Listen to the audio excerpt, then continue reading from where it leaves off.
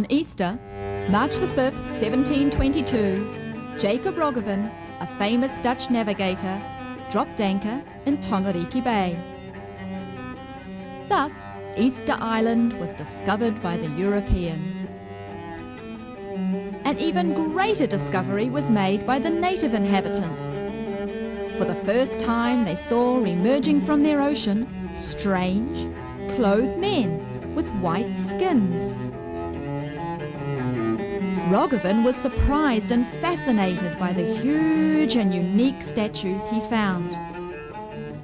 On feeling the surface of these, he assumed that they were formed from baked clay.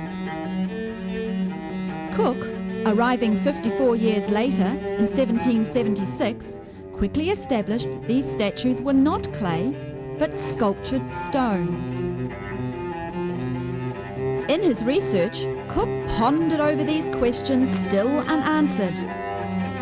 How were these massive monuments physically moved such a distance from inland quarries to the shoreline?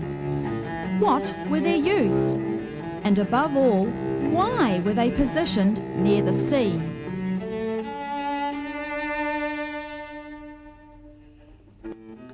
An impressive volcano, gigantic in its form, a scene the Romans or Egyptians would have appreciated.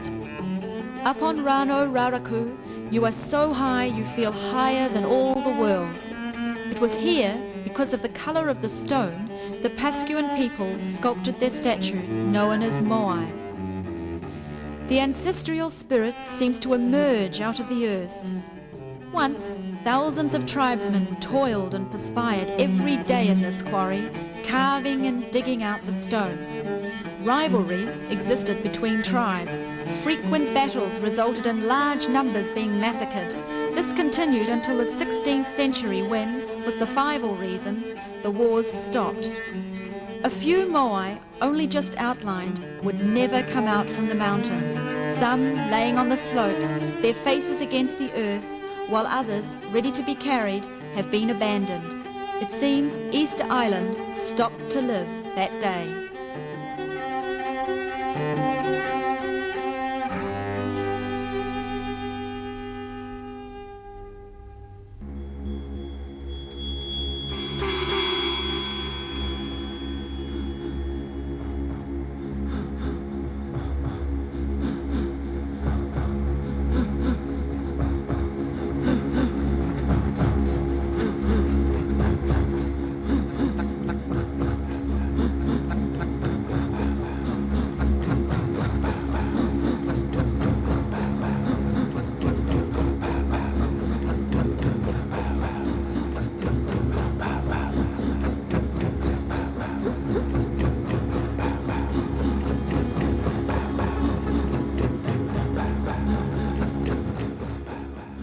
The desolate surroundings, almost void of vegetation, with its moon-like volcanic crater, draws you into the magic time of the legendary Birdman, the god-like chief who, after the tribal wars, ruled over all.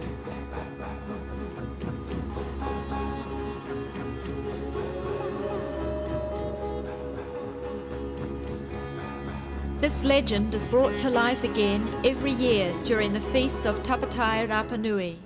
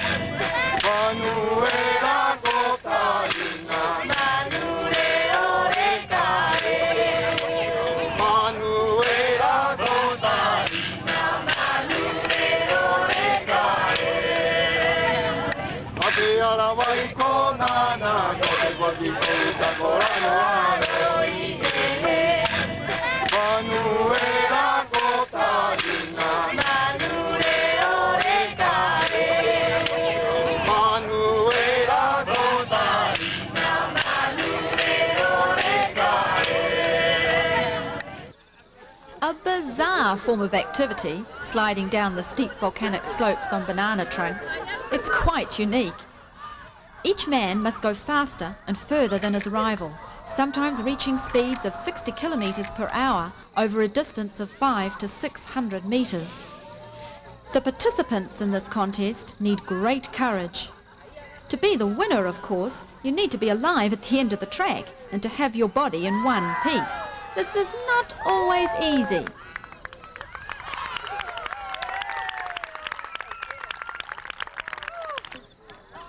This annual race is a popular spectacle, but for the participants, it is a tradition undertaken with a warring spirit. The winner will give his reward to Tapati's queen of the pageant.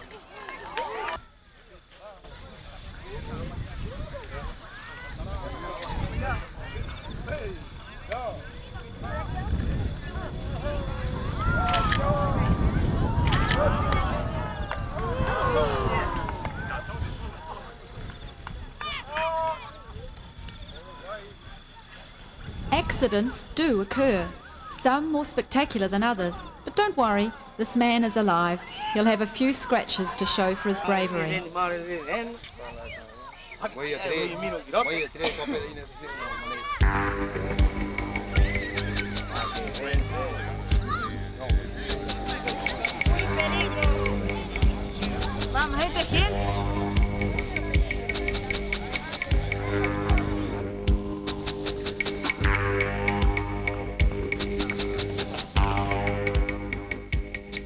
On the country tracks, the only trees growing are in small groves.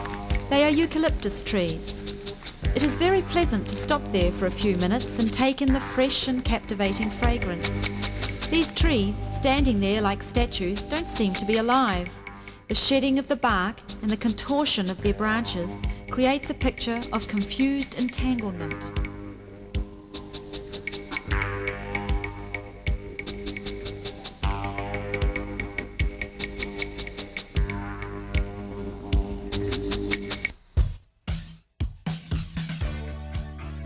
There is an American presence here on Easter Island. A NASA laboratory works very closely with the University of Chile. Californian missionaries Nancy and Robert Webster tell us a little about their life here. I'm not sure how much longer we'll be here. We want to continue working, helping the people here to preserve their language, teaching people to read their own language. We also are planning with the university to do some scripture translation or translations of portions anyway of scripture too. So we may be here a few years longer yet. It's very nice here. We rent a home from an islander, and while it's not fancy, it's quite comfortable. We're able to get most of what we need to live comfortably. It's very nice, and it's nice. The people are very friendly, and the weather is very nice. It's a very nice place to live.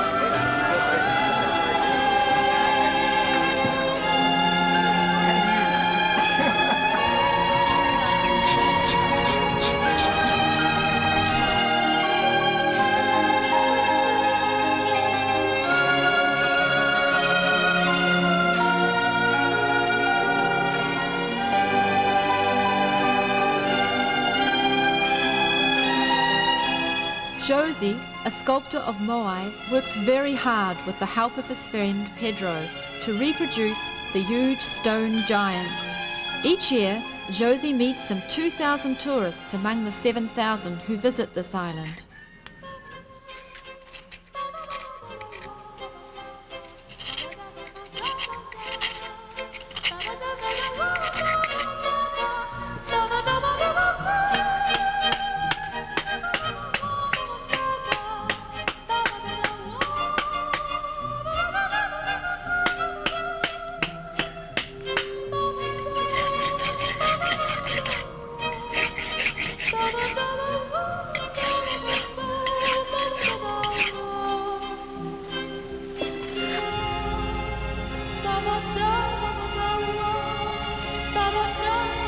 He speaks a little bit of English, a little French, but he speaks mostly with his hands. He isn't rich, but as he says, I make enough.